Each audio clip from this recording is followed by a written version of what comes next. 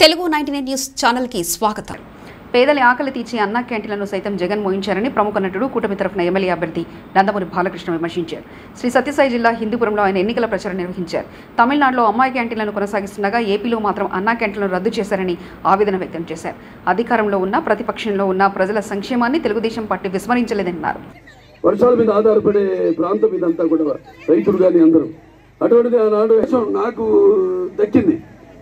చంద్రబాబు నాయుడు గారు ఇక్కడ ప్రజలకు ఆహారం తీర్చడానికి మరి 194 కోట్ల రూపాయలతో గొల్లపల్లి రిజర్వాయర్ నుంచి ఇక్కడ హిందూపూర్ పట్టణానికి ఈ తాగునీటి సమస్యను పరిష్కరించి పైప్ లైన్ ఇవ్వడం జరిగింది. నిజంగా అసలు ఇక్కడ చూస్తే మనం కుప్పం కంటే కూడా హిందూపురానికి ఎక్కువ నిధులు కేటాయించారు చంద్రబాబు నాయుడు గారు.